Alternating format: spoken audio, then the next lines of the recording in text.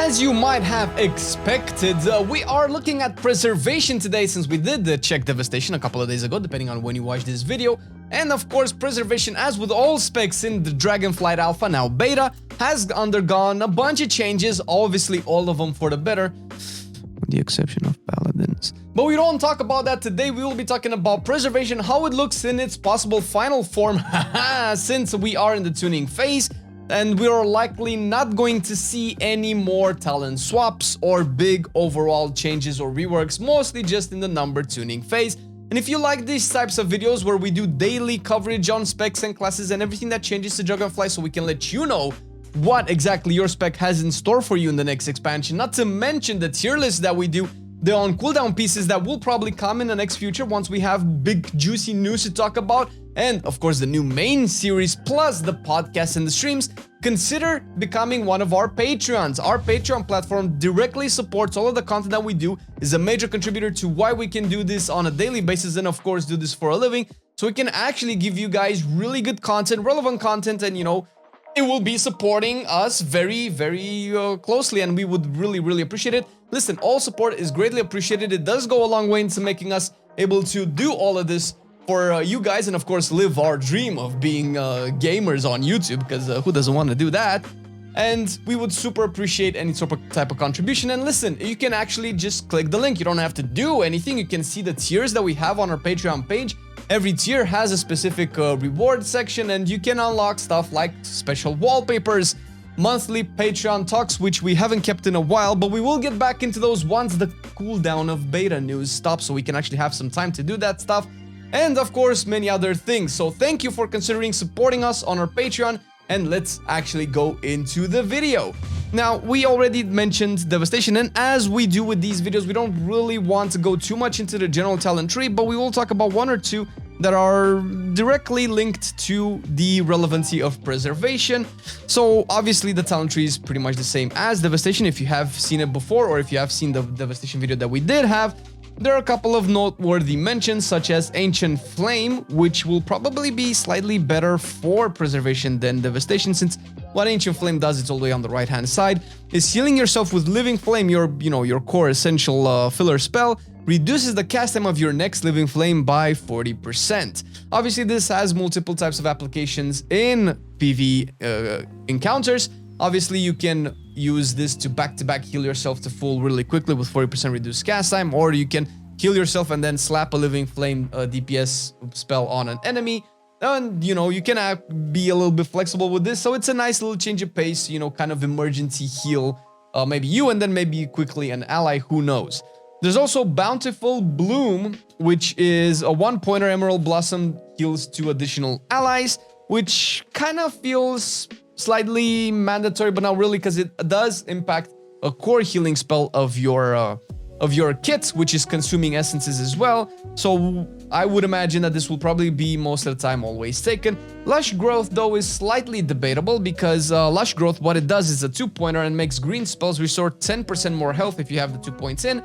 And obviously the preservation spec is separated into green spell and bronze spells, where, you know, obviously this wouldn't affect bronze spells, so depending on how you build your actual preservation evoker, this version might be debatable. Plus, you can actually path around it and get a little bit more damage if you so desire.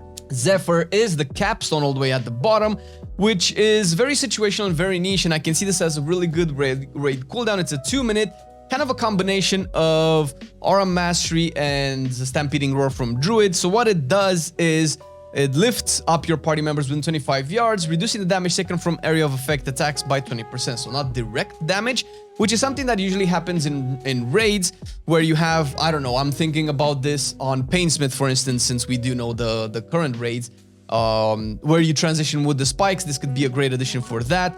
Plus, it also increased the movement speed of everybody by 30% for 8 seconds. So this is a really good raid utility. Obviously, it could have some uses in dungeons, but likely this could make it so that having a preservation in your raid team can be really good, or in, you know, devastation as well. There are like source of magic and regenerative magic, which are really interesting as a healer, and other healers would love you. All are probably going to be skipped in Mythic Plus, since, I mean, stands by itself. It doesn't work if there is no other healer there. So I would imagine Devastation can take these in Mythic Plus, but Preservation won't have any use for them. Now, let's go into the actual spec talents, and this is where the magic happens, because man, I have to admit, as a fan of Evoker, to the extent that I'm a fan of it, I loved Preservation way more in its design than Devastation, and I really want to love more Devastation because I like blowing shit up. But Preservation is such a good healer, and let's actually talk a little bit about it. If you haven't seen the 2 months now, probably old videos that we already did on the spec.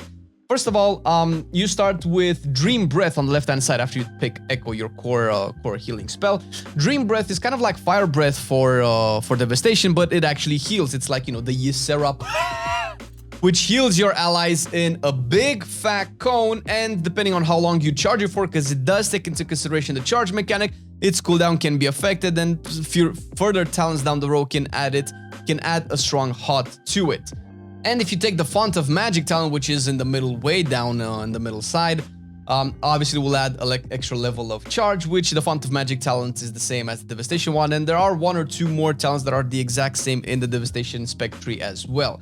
Temporal Compression will be nice. What Temporal Compression does is it's a passive that will force a little synergy between bronze and empowered spells, and is on the green side, reducing the amount of time you have to keep pressing that damn button for the spell to charge, which is, of course, a mechanic that people have to get used to. So basically, Temporal Compression makes each cast of a bronze spell cause your next empower spell to reach maximum level in 5% less time, stacking up to 4 times, meaning that you can empower things 20% faster if you have this stacked up to max. You would have to cast 4 bronze spells before casting an empowered spell, so this would have to factor into your rotation, and we'll see how that is, because we all know that healers need to adapt on the fly, so there isn't a strict rotation as it would be for a DPS.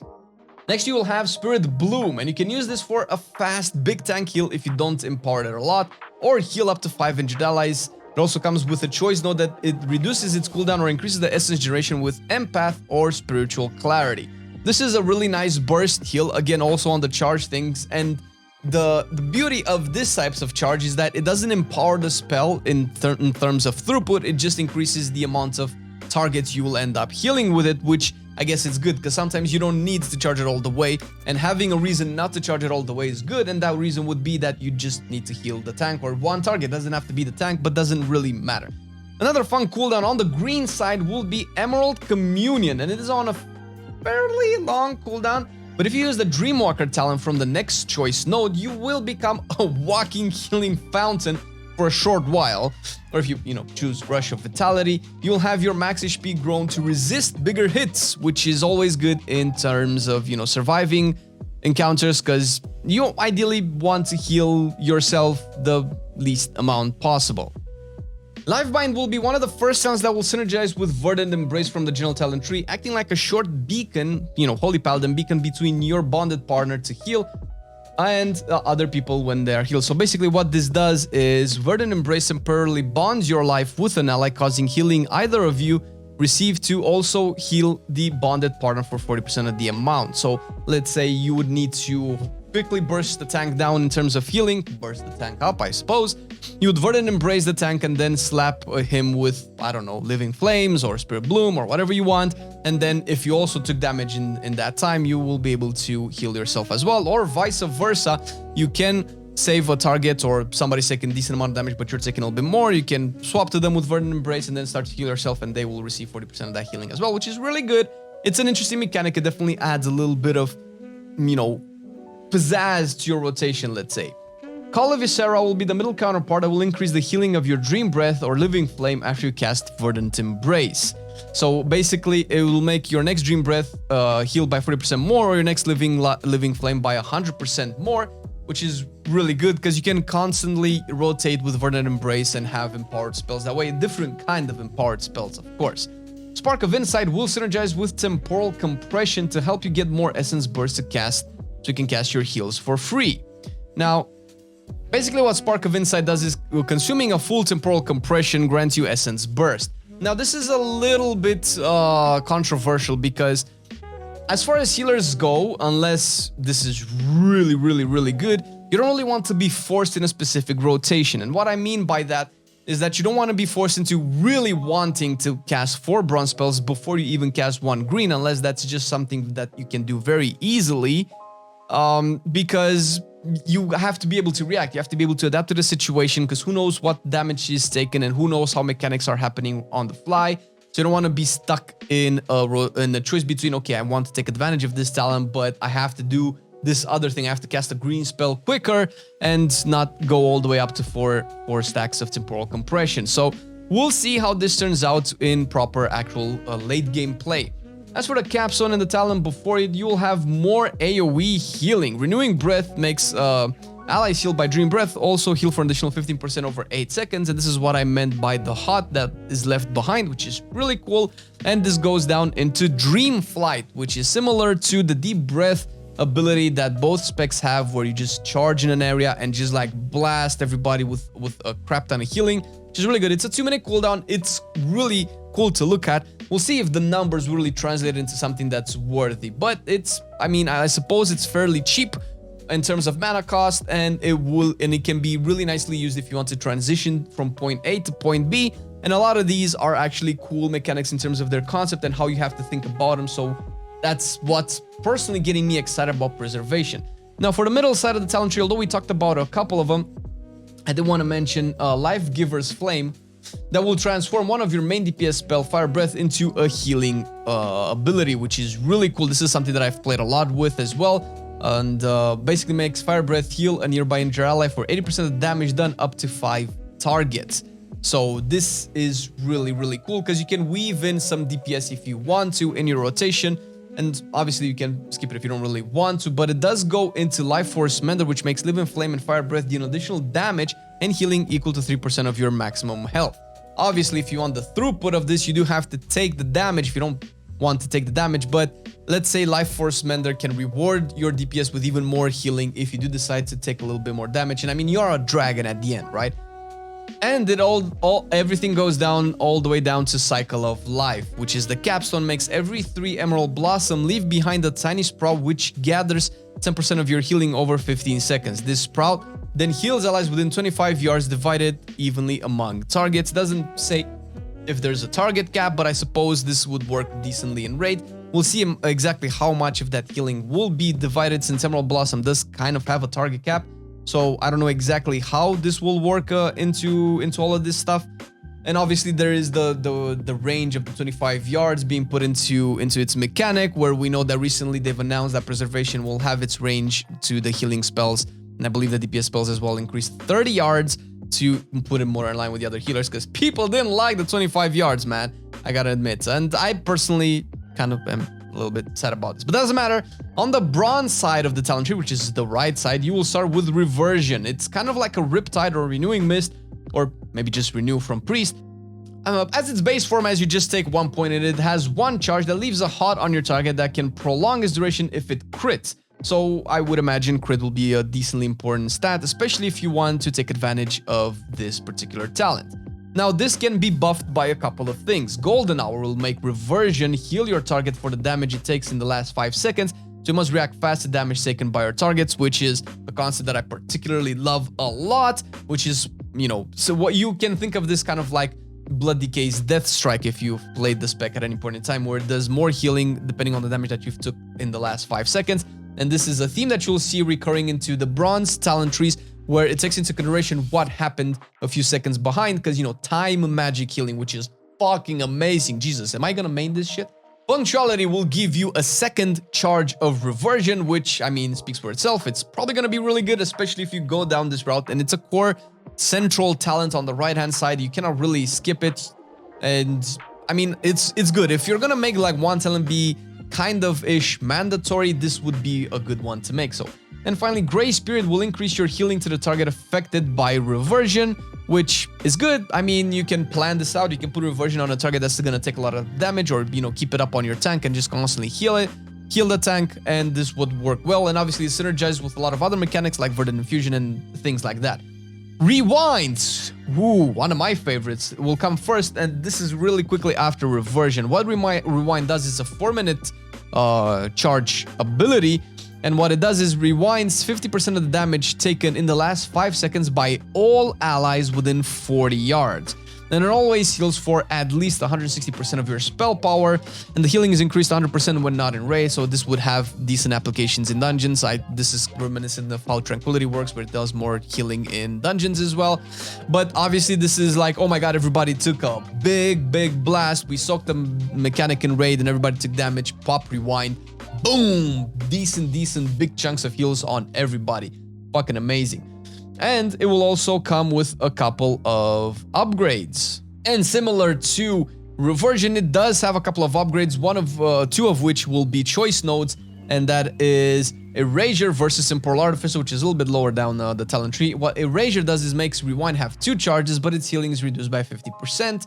Now, obviously, you want to adapt the functionality of this cooldown based on how the mechanics are in the raid. So if the damage to everybody is not like major, then but it's more frequent, obviously you can take Erasure and you will heal for less, but you can have it more uptime, and it obviously goes into syncing your cooldowns with your other healers. While Temporal Artificer Rewind's cooldown is reduced by 1 minute, taking it down to 3 minutes, and it still blasts. So these are really cool. These are the types of choice nodes that I like to see in a talent tree, where it changes the basic functionality of a spell so you can adapt it utility-wise to the type of mechanics that you will need it for, right? Why do you need it more often? Or you need a second charge of it, or you don't need to heal for that much, but you want to slap it a bunch of times. So this is something I particularly like. You will add more to your reactive tooldown toolkits with time dilation, which is right after this, because it's back-to-back new abilities. What time dilation does on a 1 minute is stretches time around an ally for the next 8 seconds, causing 50% of the damage they would take to instead be dealt over 8 seconds. So this is clearly Stagger from Brewmaster Monk. So basically, once you put this out, when you know a big hit is coming, it's probably going to be on the tank most of the time, but it can be on a DPS or a healer or whatever who's going to be soaking a big mechanic that he or she might not have an immune for, and you can let that person take 50% of that damage, and the other 50% will be dealt over the course of 8 seconds, and it will be also improved with another choice node talent that are Delay Harm, which makes time dilation delay 70% of the damage taken, which is even better. That's even strong. That's proper Stagger. That means the target will take 30% of the hit, and then 70% of it will be dealt over 8 seconds, giving you, and in case of a raid, your healer allies plenty of time to resolve that situation. Or you can take Just in Time, where time dilation cooldown is reduced by 2 seconds each time you cast an Essence ability, giving you more uptime on this. So it's already on a 1 minute cooldown, so you can potentially have it very often. This is really cool. I think Just in Time changed slightly from its initial version that we've seen when this was added. Temporal Anomaly, another awesome ability. So this is a 6-second cooldown ability that has a cast time, which is slightly weird for the spec, I have to admit. It's not empowered cast time, it's just a cast time, 1.5 second cast. So what this does is sends forward a vortex of temporal energy. It's time, right? It doesn't heal, it's just time. And it absorbs damage on 2 nearby allies every 2 seconds as it passes through everybody, and it lasts for 6 seconds as it traverses through. And this could be upgraded with 2 more choice nodes. Resonating Sphere, which makes Temporal Anomaly apply Echo at 30% effectiveness to allies it heals, which is probably going to be very good because Echo is a really strong spell. Or Nosdormu's Teachings, Temporal Anomaly shields 1 additional target each time it pulses. This has a really different functionality to it. It's not very straightforward. You kind of have to understand the mechanic of the spell. I have still issues trying to get this to properly work and heal the way I want it to heal. But I guess this is the cool part of playing time magic. You kind of have to have these sometimes weird mechanics to kind of make sense, like, okay, this is taking time into consideration. This pulses at specific intervals, absorbs some damage, it passes through people, so you kind of have to like position it properly, and supposedly allies take advantage of its location as well. Now you also have Time in Need, which is slightly lower down the talent tree. It's a 2-minute cooldown. When you or your ally fall below 20% health, a version of yourself enters your timeline and heals them for quite a bit, and your alternate self continues healing for 8 seconds before returning to their timeline. And this may only occur like on a 90-second. And looking at the tooltip, it can only happen once every 90 seconds, so it feels like a passive proc that's on you. It's a little bit unclear if you look on the Wowhead Dragonflight talent tree, because it says it's a cooldown, but it's not an ability, it should be a passive, so it's kind of I wouldn't say a cheat death, but it's kind of like Nature's Guardian from Restoration Shaman, which is cool. And if you lack mana, Energy Loop can be a somehow mana recharger for extra damage when you use Disintegrate, which is something that you will have as Preservation. What we didn't touch upon is the new added talent's Exhilarating Burst on the green side. That is a 2-pointer and is, well, I mean, it's kind of a dead-end talent, and it gives you critical healing for a while after you've gained Essence Burst. And obviously this works with the critical effect of Reversion, which can be really, really cool. And its counterpart from the bronze side, Flow State, which makes your empowered spells cause the time to flow up to 10% faster for you for 5 seconds. That can act like a cooldown reduction, I guess, for those longer cooldown spells. And, you know, it's all about that time magic, man. Come on, we get it so far. Overall, well, although we didn't touch upon everything, this is mostly the things that have changed. The old capstones are pretty much the same, stasis is almost the same, and if you want, you can also watch our previous preservation video where I talk about this a little bit more in detail. It's looking like a very, very fun spec. It's very interesting.